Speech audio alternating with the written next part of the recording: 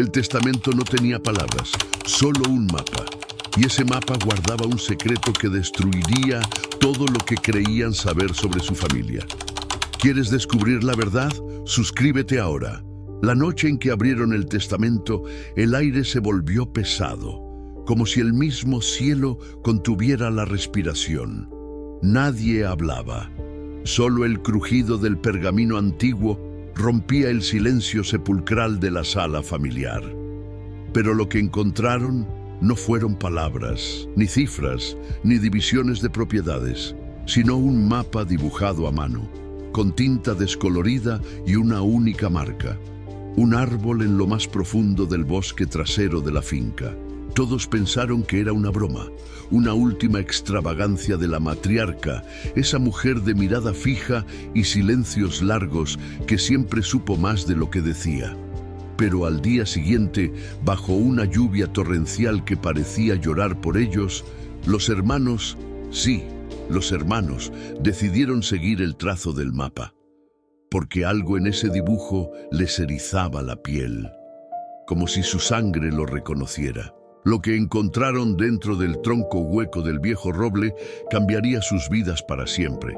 No había oro, ni joyas, ni documentos legales, solo sobres amarillentos, atados con cintas desgastadas, cada uno con un nombre, sus nombres, cartas, decenas de cartas escritas a lo largo de 50 años.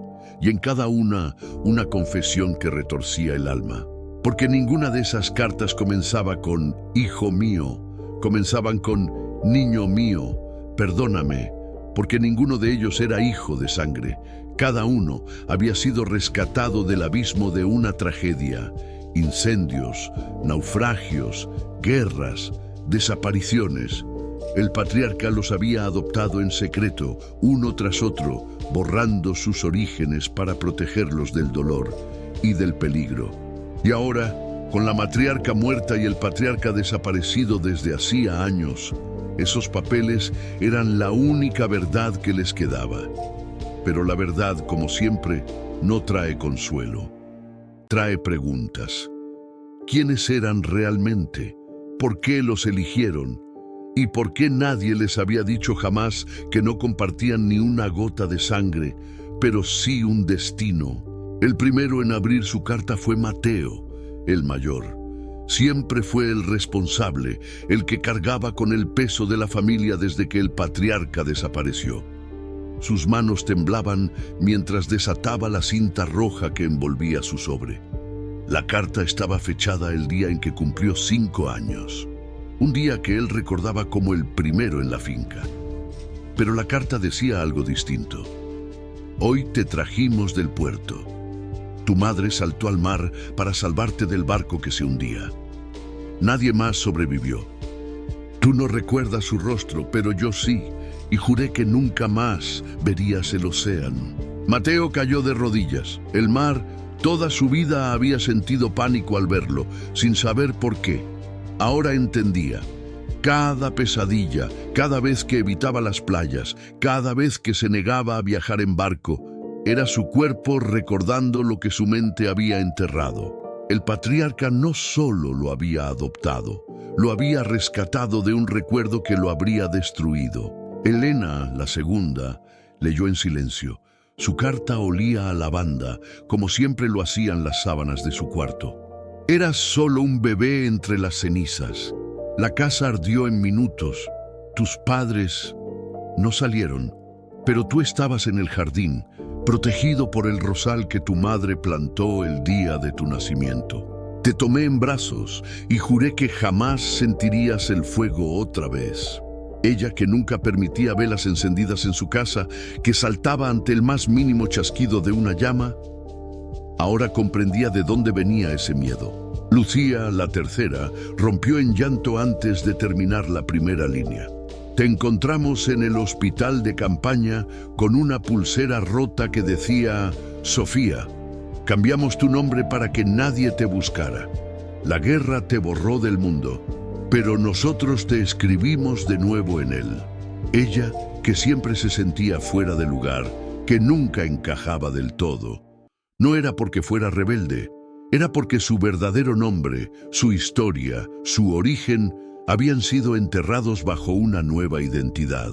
Y así, uno tras otro, los hermanos descubrieron que sus miedos, sus rarezas, sus silencios, no eran defectos, eran ecos, fragmentos de vidas que habían sido arrancadas, salvadas y reescritas por un hombre que los amó como si fueran suyos, porque decidió que lo fueran. Pero en el fondo de cada carta había una misma frase, repetida como un mantra. Algún día entenderán por qué tuvimos que mentirles, pero nunca duden esto, son nuestros, por elección, por amor, por destino. Lo que ninguno esperaba era que las cartas no terminaban en revelaciones del pasado. Al fondo de cada sobre, escritas con una caligrafía más temblorosa, la de la matriarca en sus últimos años, había advertencias. Si lees esto es porque ya no estoy, y si ya no estoy, él ha regresado.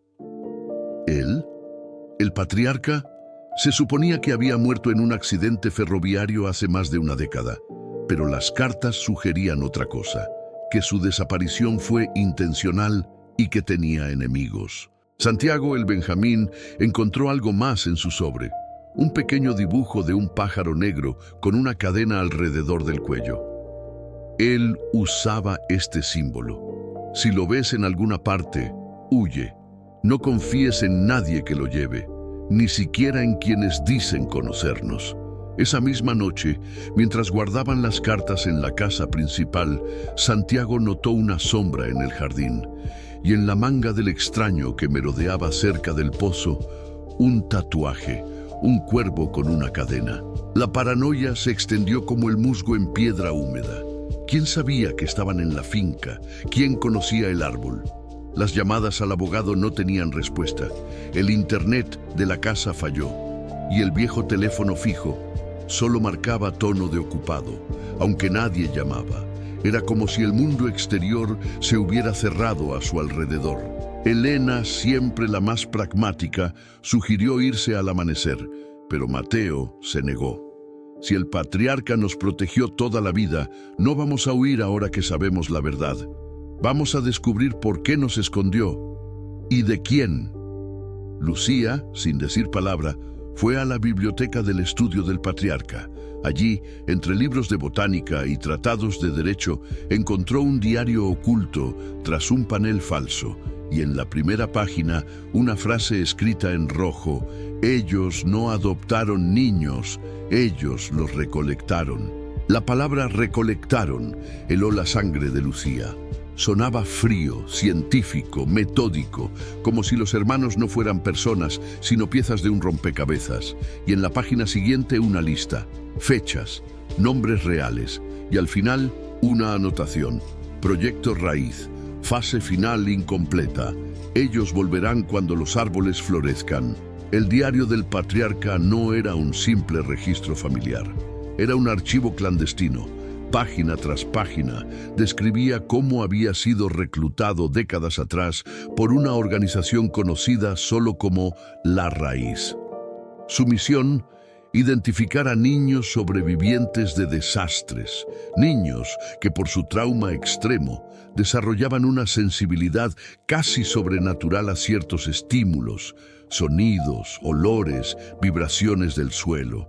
Según el diario, esos niños podían sentir lo que otros no ven.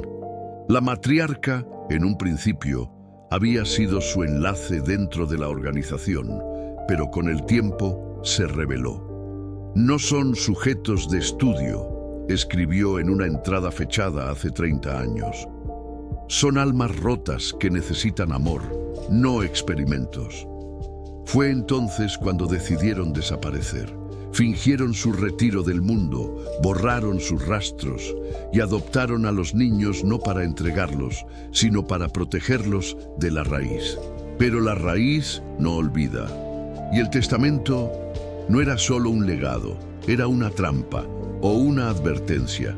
Las fechas en las cartas coincidían con los ciclos lunares que la raíz usaba para sus reclutamientos. Y el árbol no era un escondite cualquiera. Era uno de los puntos nodales mencionados en el diario, lugares donde la tierra susurra verdades a quienes han perdido todo. Mateo releyó su carta con nuevos ojos. El puerto donde lo rescataron no era un accidente. El barco transportaba a hijos de disidentes políticos. La raíz lo había hundido para eliminar testigos, pero el patriarca lo sacó a tiempo, porque lo había estado observando desde antes del nacimiento. Elena, con manos heladas, encontró entre las páginas del diario una fotografía en blanco y negro. Mostraba al patriarca joven junto a otros hombres de trajes oscuros y al fondo el mismo árbol. Pero en la foto, el árbol tenía raíces expuestas, formando un círculo perfecto. El círculo de raíz, decía la nota al dorso.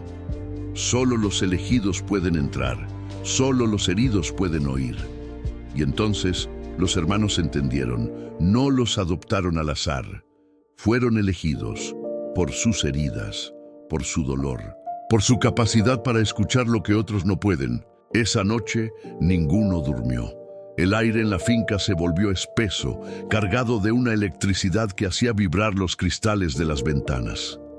Lucía juró haber escuchado susurros provenientes del bosque, no en español, sino en un idioma antiguo, gutural, que le erizaba la nuca. Santiago, por su parte, encontró huellas frescas alrededor del pozo, pies descalzos, demasiado grandes para ser humanos o demasiado viejos para pertenecer a este tiempo. Mateo decidió que debían regresar al árbol, no por respuestas, sino por defensa. Si el patriarca los había escondido allí, el árbol debía contener más que cartas. Al amanecer, con linternas y el diario en mano, caminaron de nuevo hacia el roble. Esta vez, al tocar el tronco, todos sintieron lo mismo, un latido. Suave, lento, pero innegable, como si el árbol tuviera un corazón. Dentro del hueco, tras mover una falsa base en el fondo, encontraron una caja de metal oxidado. Adentro no había armas ni dinero. Había 9 amuletos de madera, cada uno tallado con un símbolo distinto. Una ola, una llama, un pájaro enjaulado, una raíz y 7 más. Uno para cada hermano. Pero había 9. 2 estaban sin nombre. Los nuestros no nacieron, leyó Elena en una nota adjunta, pero llegarán cuando el árbol florezca por última vez. Mientras examinaban los amuletos, el cielo se oscureció de repente. No era nube ni tormenta, era como si el sol hubiera sido apagado. En el silencio que siguió, escucharon pasos, muchos, lentos, decididos. Se escondieron tras los arbustos y vieron lo impensable. Figuras vestidas de negro, con máscaras de corteza, caminando en círculo alrededor del árbol. Cantaban en ese idioma antiguo, y en el centro del círculo estaba el hombre del tatuaje del cuervo. Lucía, con el amuleto de la llama en la mano, sintió una oleada de calor subir por su brazo. Los recuerdos de su verdadero nombre, Sofía, regresaron en una avalancha. No era solo una niña de guerra. Era hija de una científica que descubrió cómo la raíz manipulaba el ADN de los niños usando frecuencias emitidas por árboles antiguos. Por eso la querían muerta, por eso la salvaron. Pero ahora, con el árbol activo, su sangre, aunque no fuera de la familia, resonaba con él. El canto de las figuras enmascaradas creció hasta convertirse en un zumbido que vibraba en los huesos. Los amuletos comenzaron a calentarse, uno tras otro, como si respondieran a una llamada ancestral. Santiago, el más joven, apretó su amuleto, un ojo entre raíces, y de pronto vio más allá del bosque. Vio el pasado, al patriarca enterrando una caja metálica bajo el árbol años atrás, y luego arrodillándose como si rezara o se disculpara. Mateo, con el amuleto de la ola, sintió el sabor salado del mar en la lengua. Imágenes lo invadieron, no solo del naufragio, sino de lo que vino después. El patriarca no lo rescató solo por compasión, lo rescató porque en el barco hundido viajaba una semilla que ahora crecía dentro del árbol. La semilla no es de este mundo, decía una visión. Es la llave para cerrar o abrir la puerta de raíz. Helena, con su amuleto de cenizas, recordó el rosal que la salvó del fuego, pero ahora comprendía. El rosal no era común. Era un injerto del mismo árbol en el que estaban. Su madre no lo plantó por belleza, lo plantó como escudo, porque sabía que la raíz la buscaba y que su hija sería el próximo objetivo. Lucía, con el amuleto de la jaula rota, oyó una voz clara en su mente. Sofía, ellos te necesitan viva, no para matarte, sino para que cantes con el árbol. Porque, según el diario, solo aquellos que habían perdido todo podían activar la semilla. Y los 9 amuletos no eran para protegerlos, eran para elegir quién sería el cantante, el que despertaría el árbol o lo destruiría para siempre. De pronto, el hombre del tatuaje de cuervo se detuvo. Se quitó la máscara. Era un rostro anciano, surcado por cicatrices, pero con ojos que los hermanos reconocieron al instante. Era el antiguo mayordomo de la finca, el hombre que les cantaba canciones de cuna antes de dormir, el hombre que desapareció el mismo día que el patriarca. No vine a lastimarlos, dijo con voz quebrada. Vine a avisarles. La flor del árbol va a abrirse esta noche. Y si no eligen al cantante antes del alba, la raíz los absorberá a todos. El silencio que siguió fue más aterrador que cualquier amenaza. El mayordomo, don Raimundo, cayó de rodillas, no por debilidad, sino por respeto. Yo fui el primero, confesó, el primer niño rescatado, pero no fui lo suficientemente fuerte. Por eso me dejaron como vigía, y como castigo me borraron la memoria cada luna nueva, hasta hoy. Sus ojos, antes vacíos, ahora ardían con la claridad de quien recuerda 50 años de engaños. Los hermanos se miraron incrédulos. Don Raimundo, el hombre que les enseñó a montar a caballo, a distinguir setas comestibles, a enterrar secretos bajo piedras lisas. Él también era uno de ellos, pero nunca tuvo su amuleto, porque falló en su prueba. El árbol no canta para todos, dijo, señalando los amuletos. Solo para los que aceptan su dolor como parte de sí, no como una herida que ocultar. Lucía fue la primera en entender. Por eso nos criaron lejos del mundo, no solo para protegernos de la raíz, sino para que nuestro dolor madurara en silencio, como fruta en la sombra. Mateo asintió, apretando su amuleto. ¿Pero quién será el cantante? ¿Cómo se decide? Don Raimundo se levantó lentamente y caminó hacia el tronco. Colocó su palma sobre la corteza. El árbol ya eligió. Lo ha hecho desde el primer día. Pero el elegido debe decir sí. Y si dice sí, nunca podrá dejar este lugar. Se convertirá en raíz, en memoria, en guardián. Una rama del árbol se movió como si asintiera, y todos supieron sin palabras a quién mirar. Porque entre ellos, solo uno había soñado con el árbol desde niño. Solo uno había sentido su latido sin tocarlo. Solo uno había escrito, en su diario secreto a los 12 años, «Creo que no soy de aquí, pero el árbol me llama como si lo fuera». Era Santiago, el más pequeño, el que nunca preguntó por su pasado, porque lo sentía vivo en cada hoja que caía. Santiago no lloró, no tembló. Solo cerró los ojos y respiró profundamente, como si estuviera escuchando una melodía que los demás no alcanzaban a oír. «Siempre supe que esto llegaría», dijo con voz serena. «Desde que tengo memoria, el árbol me habla en sueños, me muestra caras que no conozco y me dice, pronto serás raíz y guardarás sus verdades». Mateo intentó protestar. «No, hay otra forma. No puedes sacrificar tu vida por un árbol, por una maldita organización, por un secreto que ni siquiera es nuestro». Pero Lucía lo detuvo con una mano en el hombro. No es por ellos, Mateo, es por nosotros.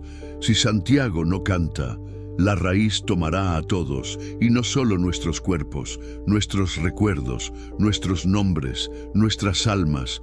Nos convertiremos en sombras que cuidan el árbol, sin saber quiénes fuimos. Don Raimundo asintió con tristeza.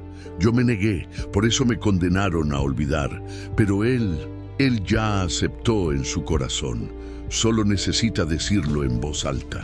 Santiago se acercó al tronco y apoyó su frente contra la corteza.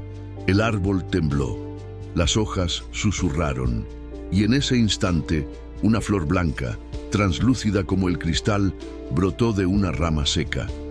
Era la flor de raíz, la señal final. Sí, dijo Santiago con voz firme, soy el que escucha, soy el que guarda, soy el cantante.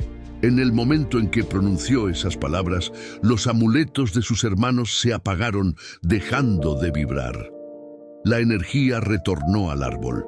Las figuras enmascaradas cayeron de rodillas, no por derrota, sino por reverencia. La raíz no había sido destruida, había sido sellada, y Santiago ya no era solo un niño adoptado, era parte del árbol, parte de la historia, parte del secreto. Los hermanos regresaron a la casa al amanecer, pero ya no eran los mismos. Santiago se quedó con el árbol, no como prisionero, sino como guardián. Su cuerpo seguía allí, sí, pero sus ojos brillaban con una luz antigua, como si 1000 vidas habitaran en él. Les prometió que estaría bien, que no estaba solo, que el árbol le cantaba, y que en las noches de luna llena podrían oír su voz en el viento entre las ramas. La raíz se disolvió esa misma noche. Sin el cantante activo, su poder se desvaneció como niebla al sol. Las máscaras de corteza se hicieron polvo. Los tatuajes de cuervo desaparecieron de los brazos de quienes los llevaban. Era como si la organización nunca hubiera existido, salvo en los recuerdos rotos de los que sobrevivieron. Pero lo más sorprendente no fue el fin de la raíz, fue lo que descubrieron al regresar a la biblioteca del patriarca. Entre las páginas del diario, oculta en un pliegue que antes no estaba, había una última carta. No estaba firmada, pero la caligrafía era inconfundible. Era de la matriarca, escrita el día de su muerte. Si lees esto, significa que Santiago dijo sí. Y eso significa que ustedes están libres, libres de mentiras, libres de miedo, libres para ser quienes elijan ser, no quienes el destino o el dolor dictaron que fueran. La carta continuaba. Nunca les dijimos la verdad porque el amor no necesita sangre, pero la verdad sí necesita tiempo. Y ustedes, mis hijos del corazón, del fuego, del mar y de la guerra, merecían tiempo para amarse antes de conocer el abismo del que los rescatamos. Y al final, una frase que los hizo llorar juntos por primera vez. No importa de dónde vinieron, importa que eligieron quedarse, juntos. Esa noche, por primera vez en años, cenaron los 6 alrededor de la mesa familiar. Sin secretos, sin miedos, sin nombres falsos, solo ellos, Mateo, Elena, Lucía, Diego, Valeria y Santiago, cuya silla vacía parecía más llena que nunca. Pero la verdadera sorpresa llegó semanas después, cuando las lluvias primaverales hicieron florecer el jardín trasero. Entre las raíces del viejo roble brotaron 2 nuevas plántulas, pequeñas, frágiles, pero con hojas de un verde imposiblemente brillante. Junto a ellas, enterradas apenas bajo la tierra, había 2 amuletos más, los 2 que faltaban, los 2 sin nombre. Don Raimundo, ahora libre del ciclo de olvido, los reconoció al instante. Son los últimos, dijo con voz temblorosa, los que el patriarca esperaba, hijos de otros que también huyeron de la raíz, están vivos y están viniendo. Los hermanos comprendieron entonces que la historia no había terminado, había cambiado de rumbo. Ya no eran víctimas de un secreto, eran guardianes de una promesa, la promesa de que ningún niño herido volvería a ser usado solo amado. Meses después, una niña de ojos grises y un niño con una cicatriz en forma de rama aparecieron en la puerta de la finca. No traían documentos, solo una carta escrita con la misma tinta descolorida del testamento. Cuiden de ellos como nosotros los cuidamos a ustedes, porque el árbol sigue creciendo y el amor sigue eligiendo. Y así, sin sangre, sin pasado compartido, sin más lazo que el dolor transformado en hogar, nació una nueva familia. No por accidente, no por destino, sino por decisión. Porque en el corazón del secreto más oscuro siempre late una verdad más fuerte, que el amor verdadero no pregunta de dónde vienes, solo si quieres quedarte. Hoy el árbol sigue en pie. Sus raíces se extienden más allá del bosque, como si abrazaran al mundo entero. Y en las noches tranquilas, quienes pasan cerca juran oír una canción, suave, triste, pero llena de esperanza. La canción del cantante, la canción de Santiago, la canción de todos los que un día fueron perdidos y encontraron un hogar en los secretos de la matriarca. Si esta historia te conmovió, si sentiste cada secreto, cada lágrima y cada verdad escondida entre las raíces, no te vayas todavía. Dale like a este video para que más personas descubran los secretos que el árbol guarda. Y si aún no lo has hecho, suscríbete a los secretos de la matriarca, porque esta no es la última historia, solo la primera de muchas que cambiarán para siempre lo que creías saber sobre el amor, la familia y los lazos que el destino no puede romper.